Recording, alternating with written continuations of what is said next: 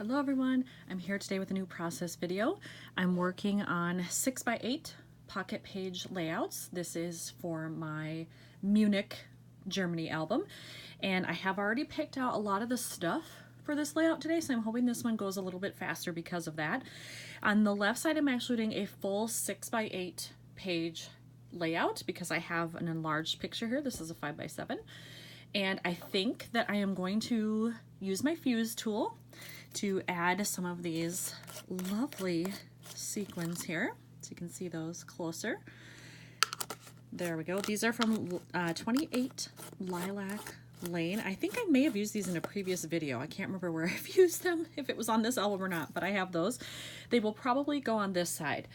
This is the one thing about using sequins and the fuse tool or whatever you're going to put in a pocket, is that if I put them in there and I need to close this, that means I have to make some decisions about what's on the other side. So I have made two decisions about what's going to be on that layout. That may be a subsequent video. So for now, I won't show too much of that. But I do want to put these on this side. Otherwise, this is going to be really blank and boring. So my plan is to put those in there. I do have my fuse tool heating up next to me. I have one other photo that matches this. This is just a close-up of this right here. And then I have this card. And I chose this one not only because it's a geotag, but because of the color. It matches. But again, kind of boring. So I think I'm going to have to do something else to this card to make it pop a little more, and it might be just coloring or adding a phrase to it or something, stamping, I don't know. But this is what I'm starting with today, and I think I'm going to start with the left hand side, and so the sequins will not be there, those will be over here, but I need to find some stuff to add to this page first. All right, I have made my first decision. I'm going to use this round embellishment here, and it's actually a sticker. When I printed, it's a digital file that I printed, and when I printed it on sticker paper so that I could just use my 2-inch punch it out, and then it has adhesive already on the back. So I think I'm going to place it right about there. I want this to overlap the bottom a little because I don't want to cover up, I don't know if you can see this little thing that comes on this piece of paper. I don't want to cover that up. I want to use that somehow. I'm just not sure exactly how yet. So I'm going to put this down here. It'll bring out the black that is also featured on this side of the page, and it will help bring in this wording, this color here, and then whatever I decide to do over there. So I'm going to start by adhering the photo and adhering this sticker, and I'll go from there.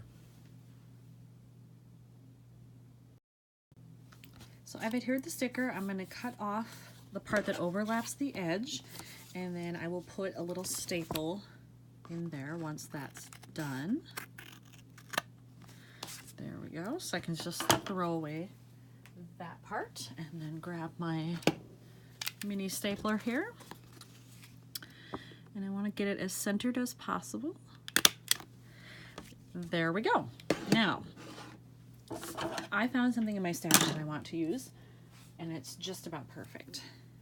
It's a little adhesive, it's kind of fabric. I don't know exactly what it's made out of, but it feels fabric-y. It says this moment, and it's almost the perfect color, so I think I'm going to put it right under this little piece that was already in the paper to make it look like they go together, and it overlaps the photo a little bit, which is pretty perfect, so I'm going to do that next. My left side here is all put together. I don't think at this moment I'm going to do anything else with that one. So I did adhere this, put in a little staple, and then that's it. So I'm moving on to the right hand page. And I think what I'm going to do with this one is I'm going to outline around the outside black. Now, this is a digital file, so if I do it and I don't like the way it looks, I'll just reprint it and try something else. But that's the first thing that comes to mind to go with the different black elements that are here and to make this not look so white and faded. So I am going to try that, and I am going to use, where are they here? Here we go. My Zig Millennium pens, and I think I'm going to go right in the middle, not too thin, not too bold. And so this is the 03. I think I'm going to try that one and see how it looks. I did the outlining and I like it. I did the outside first. Really liked it, so then I decided to do the inside, so I'm happy with that.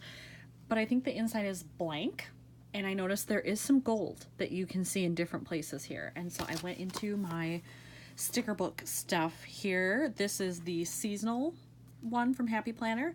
And as I was looking through here, this is supposed to be for birthday stuff, but they have these little gold asterisks. And I thought, well, that might look cool to take one of those and put it in here. So I'm going to try it. Again, if I don't like it, I can just take it up quickly, hopefully, but I'm hoping that I'll like it.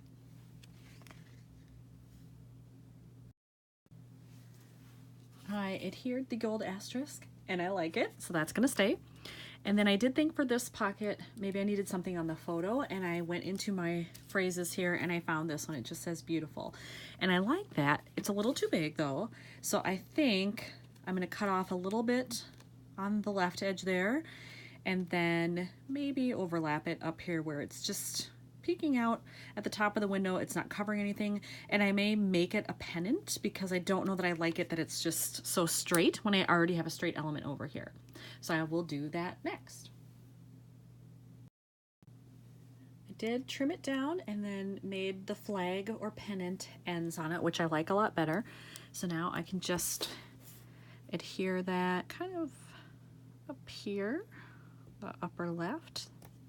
Yeah, there we go. So now it doesn't really cover the window because I shortened it. Oh, that's a little crooked.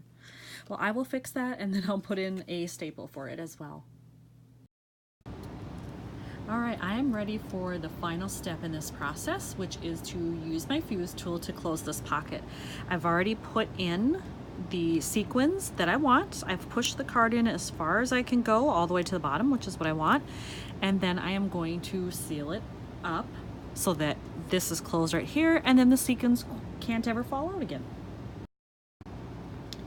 I like to use the tool that comes with the fuse upside down because these little dots here are like little feet, and when you use it the other way, sometimes they raise this up just enough so that it doesn't get snugly against the pocket. So I like to flip it over most of the time, and I have aligned it right to the top of the pocket where I want it to be sealed. And then I'm just going to go across here, and this is just underneath here. It's an old mat that I have, not a good one. It's kind of an old cruddy one, so that if by some reason I were to get these little teeth onto the mat, it won't hurt anything. But I do use an old piece of cardboard in between just in case. And it actually, I think, seems to help the teeth grab a little better to have that cardboard underneath there. Maybe that's just me. But when you're done, you should have a nice seal there. You should be able to see those teeth marks all the way across, and then it's sealed. All right, since I finished doing the fuse part, I think this layout's done. So here's a close-up of the left-hand side and close-up of the right-hand side with the pocket closed and everything in there that needs to be there. Yay, I'm very happy with it. I love that the colors all work together because this is a color that you don't see a lot, I don't think. I like that coral tone to it. So I'm very pleased with this one. And this is another one done for Munich, which makes me ecstatic. So thanks for watching, everybody.